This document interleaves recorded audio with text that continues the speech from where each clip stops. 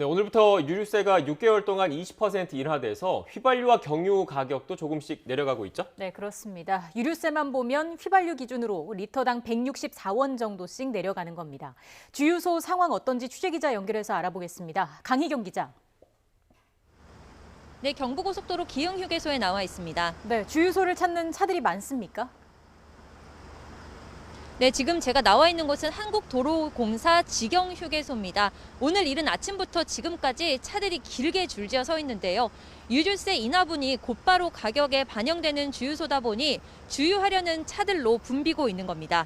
이 주유소의 휘발유 값은 리터당 1,616원으로 어제보다 164원 내려갔습니다. 이처럼 유류세는 앞으로 6개월 동안 20% 인하됩니다.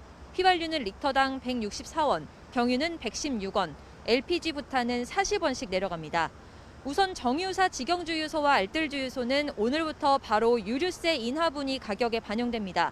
전체 주유소의 20% 정도를 차지합니다. 다만 이 외에 개별 주유소에서는 소비자 가격을 직접 정하다 보니 유류세 인하분이 100% 가격에 다 반영되지는 않을 수도 있습니다.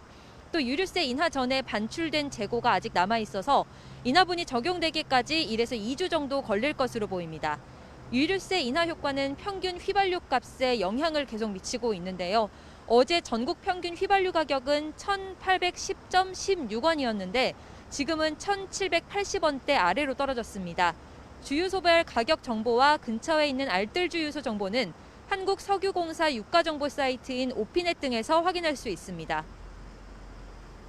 네, 강희경 기자, 요소수 상황도 살펴보죠. 정부가 유통망 관리에 나섰지 않습니까? 현재 요소수 공급되고 있습니까? 네, 앞서 정부는 현장 점검에서 확보한 요소수 530만 리터를 오늘부터 시장에 공급하겠다고 밝혔습니다.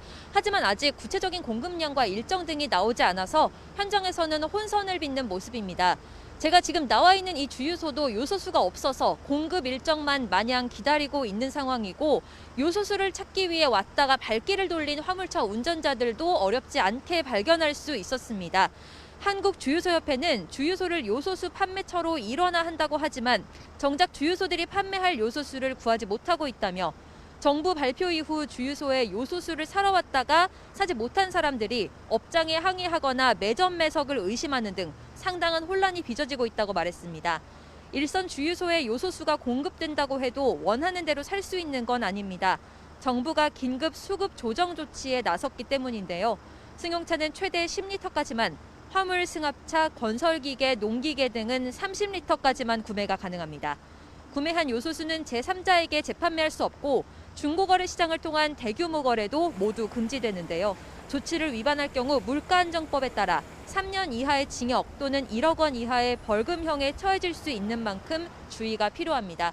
지금까지 경부고속도로 기흥휴게소에서 YTN 강희경입니다.